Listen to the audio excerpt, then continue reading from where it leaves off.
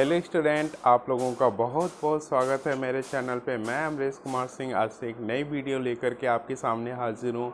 और इस वीडियो में हम लोग बात करेंगे समास पे। हिंदी सब्जेक्ट का ये टॉपिक है समास, और ये काफ़ी इम्पॉर्टेंट है। इससे क्वेश्चन हमारे एग्ज़ाम में काफ़ी आता रहता है। 1 से 2 क्वेश्चन इसके मिलने की चांसेस है। तो चलिए बात करते हैं इस पे, समास क्या होता है और इससे कैसे क्वेश्चन आता है। ठीक है, चलिए शुरू करते हैं। तो मेरे साथ एक बार बोलिए, अब की बार टेट सीटेड पार। जोर से बोलिए, अब की बार टेट सीटेड पार। हमें इस बार टेट सीटेड पार करना है और इसके लिए मैं आपको हेल्प कर रहा हूँ और आप मेहनत करिए उसके लिए। ओके जो चलिए समास की बात करते हैं। इससे पहले मैंने संधि पे वीडियो बनाया है, और संधि की जो वीडियो है उसको 2 पार्ट में मैंने बनाया था। संधि मैंने समझाया था, फिर संधि पे जो इम्पोर्टेंट क्वेश्चन थे उसका। दोनों वीडियो की लिंक मैं डिस्क्रिप्शन बॉक्स में दे दूंगा, वहाँ से आप ओपन करके अगर नहीं देखे हैं तो देख लीजिए, फिर समास की वीडियो देखिए। यहाँ देखिए समास क्या होता है, कंपाउंड। कई बार पूछा गया कि समास को और क्या नाम देते हैं, तो संक्षेप कहते हैं। समास का मतलब होता है संक्षेप करना या संक्षेप होता है। ये क्वेश्चन यूपी टेट में पूछा जा चुका है, तो इस वर्ड को भी ध्यान दीजिएगा। कंपाउंड या संक्षेप होता है इसका मतलब। अब चलिए समास होता है क्या है। समास की डेफिनेशन मैंने लिखी है। समास की डेफिनेशन तो पूछे जाने की चांसेस बहुत कम है। यहाँ से संक्षेप वर्ड जरूर ध्यान दीजिएगा, ये संक्षेप वर्ड आपसे पूछा जा सकता है। तो देखिए यहाँ पे डेफिनेशन मैंने लिखी है, 2 या 2 से अधिक शब्दों 2 या 2 से अधिक शब्दों के योग से जब एक नया शब्द बन जाता है तब उसे समासिक शब्द कहते हैं। समासिक शब्द कहते हैं। क्या कहते हैं? 2 या 2 से अधिक शब्दों से जब एक नया शब्द बन जाता है तो उसे समासिक शब्द कहते हैं। और उन शब्दों के योग को समास कहते हैं। और उन शब्दों के योग को क्या कहते हैं? समास कहते हैं। जैसे मैंने लिया है एक भूखंड। भूखंड का मतलब भूमि का टुकड़ा, भूमि का एक भाग, धरती का एक भाग, भूखंड। ये क्या है? एक समासिक शब्द है। ये क्या है? एक समासिक शब्द है, और इसमें समास है। कौन सा समास है इसकी चर्चा हम लोग बाद में करेंगे। ये समासिक शब्द है और इसको हम इसमें समास छिपा हुआ है। अब चलिए एक बार फिर से डेफिनेशन देख लें। 2 या 2 से अधिक शब्दों के योग से जब एक नया शब्द बन जाता है तो उसे समासिक शब्द कहते हैं, और उन शब्दों के योग को समास कहते हैं। डेफिनेशन से कोई क्वेश्चन पूछे जाने की प्रोबेबिलिटी बहुत कम है, इसलिए वो चीज़ ध्यान मत दीजिए। अब चलिए यहाँ से क्वेश्चन पूछा जा सकता है समास के प्रकार। समास कितने प्रकार के होते हैं इस पे ध्यान दीजिएगा। समास जो होते हैं जो है मुख्यतः 4 प्रकार के होते हैं। जैसे अव्ययी भाव समास होता है, काफ़ी इंपॉर्टेंट है। द्वंद्व समास से भी क्वेश्चन आते रहते हैं। तीसरा बहुव्रीहि समास है, और चौथा तत्पुरुष समास है। तत्पुरुष समास के अंतर्गत 2 समास और आते हैं, कर्मधारय समास और द्विगु समास। ये दोनों समास भी तत्पुरुष समास के अंतर्गत आते हैं। ओके, तो चलिए बात करते हैं। हाँ, समास कितने प्रकार के होते हैं? मुख्यतः 4 प्रकार के होते हैं। इसके प्रकार याद रखे रहिए। चलिए पहले ही बात कर लेते हैं हम अव्ययी भाव समास की बात कर लेते हैं। अव्ययी भाव समास में क्या कहा गया? इस समास में प्रथम पद अव्यय तथा दूसरा पद, इस समास में प्रथम पद अव्यय तथा दूसरा पद संज्ञा होता है। दूसरा पद क्या होता है? संज्ञा होता है। समस्त पद में दोनों पदों में अव्यय के अर्थ की प्रधानता होती है। ध्यान दीजिए, अव्यय कौन था? प्रथम पद था। तो प्रथम पद की हमेशा क्या रहती है? प्रधानता रहती है। प्रथम पद की हमेशा क्या रहती है? बहुत इंपॉर्टेंट है, बहुत इंपॉर्टेंट। काफी बार ये क्वेश्चन आपसे एग्जाम में पूछा गया, वेरी वेरी इंपॉर्टेंट है। तो अव्ययी भाव समास में क्या होता है? इस समास में प्रथम पद अव्यय तथा दूसरा पद संज्ञा होता है। समस्त पद में अव्यय अर्थात प्रथम पद के अर्थ की प्रधानता रहती है। जैसे यहाँ पे कुछ मैंने एग्जाम्पल लिया है, और ये एग्जाम्पल हमने जो लिया हुआ है सब पेपर से लिया हुआ है। ये क्वेश्चन पूछे गए हैं और उन्हीं से मैंने लिया हुआ है। यथाशक्ति, यथाशक्ति, शक्ति जो है संज्ञा है और यथा जो है अव्यय है। इस अव्यय का इस शब्द में जो है इसके अर्थ की प्रधानता है। यथाशक्ति मतलब शक्ति के अनुसार। प्रतिदिन, दिन क्या है? एक संज्ञा है, और इस तरह से प्रतिदिन, प्रतिदिन मतलब रोज, हर रोज। ठीक है। आमरण, आमरण मतलब आजन्म, जन्म तक। निर्विवाद, निर्विवाद मतलब बिना विवाद के। बेकाम बिना काम के, समक्ष समक्ष ना, समक्ष का मतलब नेत्र के सामने, तो समक्ष नेत्र के सामने, ठीक है। ये भरपेट, भरपेट मतलब पेट भर के, ठीक है। आजन्म मतलब जन्म से। तो यहां से इन शब्दों के प्रथम पद की प्रधानता सब में है, और ये जितने भी शब्द बन रहे हैं ये क्या है, ये सब के सब अव्ययी भाव समास के उदाहरण है। आपसे क्वेश्चन कैसे पूछा जाता है, क्वेश्चन पे ध्यान देंगे। क्वेश्चन आपसे पूछा जाता है, जैसे ये कह दिया गया यथा शक्ति में कौन सा समास है। ऑप्शन नंबर 1 अव्ययी भाव समास, दूसरा द्वंद्व समास, बहुब्रीहि समास और द्विगु समास। तो आप यथाशक्ति में जैसा कि इसका गुण पढ़े हैं और उदाहरण देख रहे हैं, उसी तरह से अव्ययी भाव समास होगा यथाशक्ति में।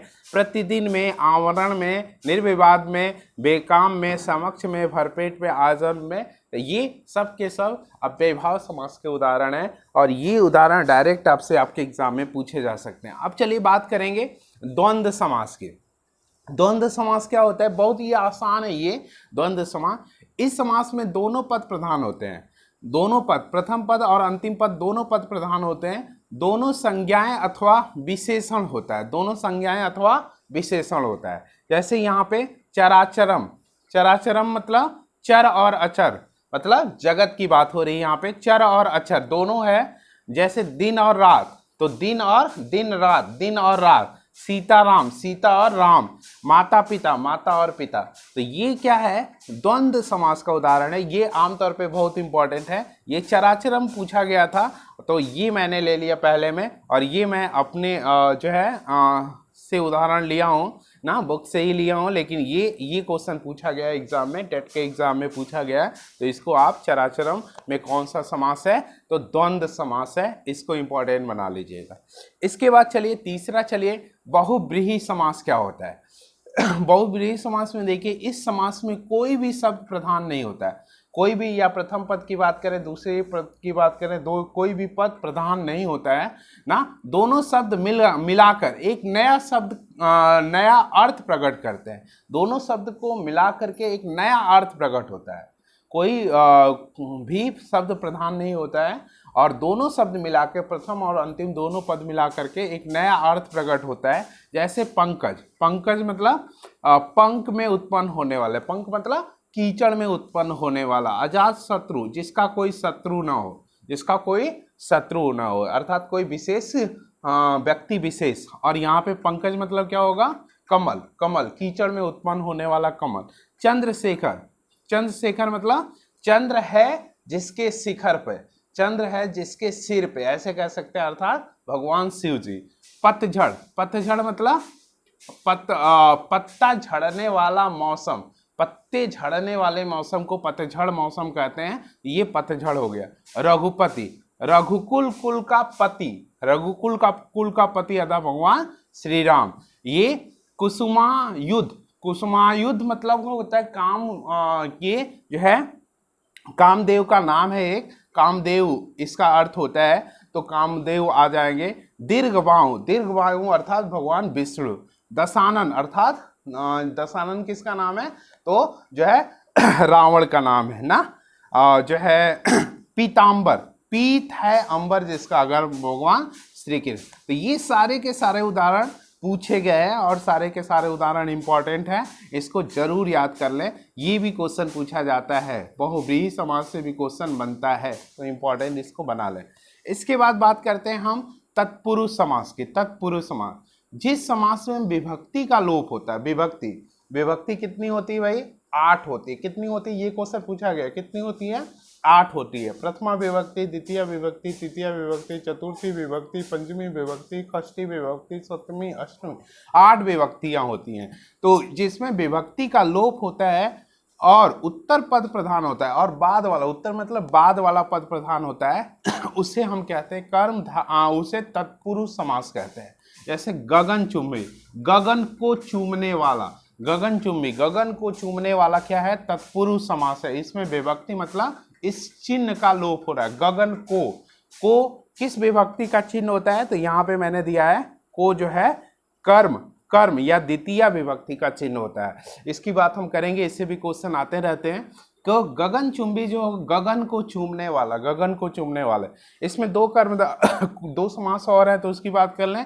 कर्मधारय, इसका प्रथम पद विशेषण और दूसरा पद विशेष या संज्ञा होता है, जैसे पीताम्बर। अब देखें आपको कंफ्यूजन हो सकता है, पीताम्बर यहाँ भी है, पीताम्बर यहाँ भी है, तो अगर इसका कोई अर्थ लगाएंगे तो बहुब्रीहि समास होगा। अब आप ऑप्शन में अगर दे देगा पीताम्बर क्या है, तो पीताम्बर बहुब्रीहि और कर्मधारय दोनों होने की स्थिति में बहुब्रीहि पे आप टिक लगाइएगा। लेकिन अगर बहुब्रीहि और कर्मधारय कोई दोनों में से एक ही दिया हुआ है तो दोनों सही होगा। इसका दोनों सही होने का मतलब दोनों अगर दिया है तो बहुब्रीहि को आप प्योरिटी देंगे, पहला उसको सेलेक्ट करेंगे। अगर दोनों में से एक ही दिया तो वही सही होगा। इसका प्रथम पद विशेष और दूसरा पद विशेषण और दूसरा पद विशेष या संज्ञा होता है पीताम्बर। द्विगु समास एकदम आसान है, जिसका प्रथम पद संख्यावाचक वो अंतिम पद संज्ञा होता है। अंतिम पद क्या होता है? संख्या होता है। जैसे नवग्रह, नौ ग्रहों का समाहार, चौराहा, चौमासा, शताब्दी, पंचशेरी मतलब पंच शेरों का समूह, पंचवटी, दोपहर, ये प्रथम पद क्या आ रहा है? 5 आ रहा है, 5 आ रहा है, 2 आ रहा है, 7 आ रहा है, 4 आ रहा है, 9 आ रहा है, तो ये सब के सब क्या है? प्रथम पद संख्यावाचक होता है। तो इस तरह से कर्मधारय समास, द्विगु समास, तत्पुरुष समास, बहुब्रीहि समास, द्वंद्व समास और अव्ययीभाव समास आपका क्लियर होता है। इस पे यही सारे क्वेश्चन बनेंगे। हमने खुद ब खुद एग्जाम्पल इसके जो लिए हैं सब के सब पूछे गए एग्जाम्पल है टेट सीट टेट में, ठीक है। इसके बाद हम बात कर लेते हैं तत्पुरुष समास। एक्चुअली मैंने बताया तो तत्पुरुष समास में विभक्ति का लोप होता है, तो हमें विभक्ति के चिन्ह भी बताना बहुत ज़रूरी है। विभक्ति कितनी प्रकार की होती है मैंने बताया? 8 प्रकार की होती है और उसका चिन्ह याद रखना बहुत ज़रूरी है। इससे भी क्वेश्चन आते हैं, समझ जाइए, इससे भी क्वेश्चन एक आने की चांसेस बिल्कुल 100% है। तो इसको देखिए प्रथमा विभक्ति, प्रथमा विभक्ति जिसे कर्ता कहते हैं, कर्ता का चिन्ह क्या होता है? कर्ता का चिन्ह ने होता है। प्रथमा विभक्ति का चिन्ह क्या होता है? ने। कर्म, द्वितीय विभक्ति, द्वितीय विभक्ति का चिन्ह क्या होता है? को होता है। करण, तृतीय विभक्ति, करण का चिन्ह क्या होता है? से, के द्वारा, से भी कहते हैं या के द्वारा भी कहते हैं। संप्रदान, चतुर्थी विभक्ति, चतुर्थी विभक्ति के लिए होता है। संप्रदान का क्या होता है? के लिए होता है। अपादान, पंचमी विभक्ति, इसका होता है से, पृथकता के अभी में, पृथकता के संबंध में होता है। ये बहुत इंपॉर्टेंट है, इसको इंपॉर्टेंट बना लीजिएगा। ये अपादान, अपादान काफ़ी ज़्यादा इंपॉर्टेंट है, जो आपके एग्जाम में बार बार पूछा जाता है ना। ये अपादान बहुत इंपॉर्टेंट है। आगे चल के हम देखते हैं संबंध। संबंध जो होती है खष्टी विभक्ति होती है, इसका चिन्ह होता है का, के, की, रा, रे, री ना। अधिकरण जो होता है सप्तमी विभक्ति होती है, इस पर में अथवा पर होता है। संबोधन हे, हरे, इस तरह से संबोधन का चिन्ह लगा रहता है। क्वेश्चन आपके एग्जाम में ऐसे पूछा जा सकता है कि अपादान जो है पंचमी विभक्ति, अपादान जो कारक है, अपादान कारक का चिन्ह क्या होता है? तो से होता है। या ऐसे कह सकते हैं क्वेश्चन में के द्वारा किस विभक्ति या किस कारक का चिन्ह होता है? तो करण कारक का चिन्ह होता है। किसका चिन्ह होता है? करण कारक का चिन्ह होता है। क्वेश्चन समझ रहे हैं? क्वेश्चन दोनों प्रकार से पूछा जाता है। या आपसे पूछा जाता है कि कितनी विभक्तियां होती है, कितने कारक होते हैं? तो 8 कारक होते हैं। एक क्वेश्चन इस तरह से पूछा जाता है, जैसे यहाँ पे मैंने उदाहरण लेकर के दिया है, बिल्ली छत से कूद पड़ी, बिल्ली छत से कूद पड़ी में कौन सा कारक है? कौन सा कारक है? तो अपादान है, अपादान है। कौन सा कारक है? क्यों अपादान है? छत से, यहाँ पे से आ रहा है और छत से कूदी, छत से अलग हो रही है, छत से पृथक हो रही है। तो पृथकता के संदर्भ में जो से का चिन्ह आता है वो किस में आता है? अपादान में आता है। इसीलिए मैंने इसको इंपॉर्टेंट बनाया। इससे क्वेश्चन ज़्यादा से ज़्यादा पूछे गए हैं, तो हो सकता है पृथकता। जैसे क्वेश्चन ये पूछा जा सकता है कि जो है पेड़ से पत्ता गिरा, पेड़ से पत्ता गिरा, अगर से जो है पेड़ से पत्ता गिर रहा है, पेड़ से अलग हो रहा है पत्ता, तो उस संदर्भ में कौन सा कारक होगा भाई? तो अपादान कारक होगा। ठीक है, समझ में आ रहा है अच्छे से? तो यहाँ पे आप ध्यान दीजिएगा ये सब बातों का। और इस तरह से ये वीडियो आपकी खत्म होती है। जैसे एक क्वेश्चन और एग्जांपल ले लें अगर हम, तो पेड़ पर पक्षी बैठे हैं, पेड़ पर पर किसका चिन्ह होता है, इसमें कौन सा कारक होगा भाई, तो पर कहाँ पे आता है, अधिकरण पे आता है, तो आपका आंसर होगा अधिकरण। तो चिन्हों का ध्यान दीजिएगा, चिन्ह विशेषकर पूछे जा सकते हैं या किसी उदाहरण में देकर के पूछे जा सकते हैं। जैसे उदाहरण में दिया गया कि बिल्ली छत से कूद पड़ी में कौन सा कारक है, तो से कूद पड़ी पृथकता के संदर्भ में है तो अपादान कारक है। पेड़ पर पक्षी बैठे हैं, पेड़ पर आ रहा है तो कौन सा कारक है, अधिकरण कारक है। या यहां से कह दिया ने किस कारक का चिन्ह होता है, तो कर्ता कारक का चिन्ह होता है। कितने कारक होते हैं, तो 8 कारक होते हैं। तो ये सब में जो है तत्पुरुष समास में सबका जो है एक एक चिन्हों का लोप होता है, अर्थात तत्पुरुष समास भी लगभग जो है इन्हीं चिन्हों पे बेसिस होता है। और इसका उदाहरण आप सभी लोग देख लीजिएगा। समास की बस यही एक वीडियो है जिसमें उदाहरण मैंने सबके सब लिए हैं, जो भी क्वेश्चन पूछे गए हैं सब लिए हैं। तो एक ही वीडियो में आपका समास कंप्लीट होता है। अगर इतना आप कंप्लीट कर पाते हैं तो समास के सारे क्वेश्चन सारे जो है निश्चित रूप से टेट और सीटेट के कर पाएंगे। मुझे विश्वास है आप ज़रूर कर पाएंगे और ये वीडियो आपको ज़रूर उपयोगी होगी, ज़रूर उपयोगी लगी होगी। तो बस इस वीडियो में बस इतना ही। आप जो है जहाँ भी रहिए खुश रहिए, आपका दिन शुभ हो, रात्रि शुभ हो, सुबह शुभ हो, शाम शुभ हो। और एक बार अंत में बताना चाहेंगे कि अगर आप चैनल पे नए हैं तो प्लीज़ चैनल को सब्सक्राइब करिए, क्योंकि ये चैनल आपको टेट और सीटेट की प्रिपरेशन में काफ़ी हेल्प करने वाला है। तो प्लीज़ इसको सब्सक्राइब कर लें, अपने दोस्तों में शेयर कर लें। आज के लिए बस इतना ही, मिलते हैं अगले वीडियो में। जय हिंद।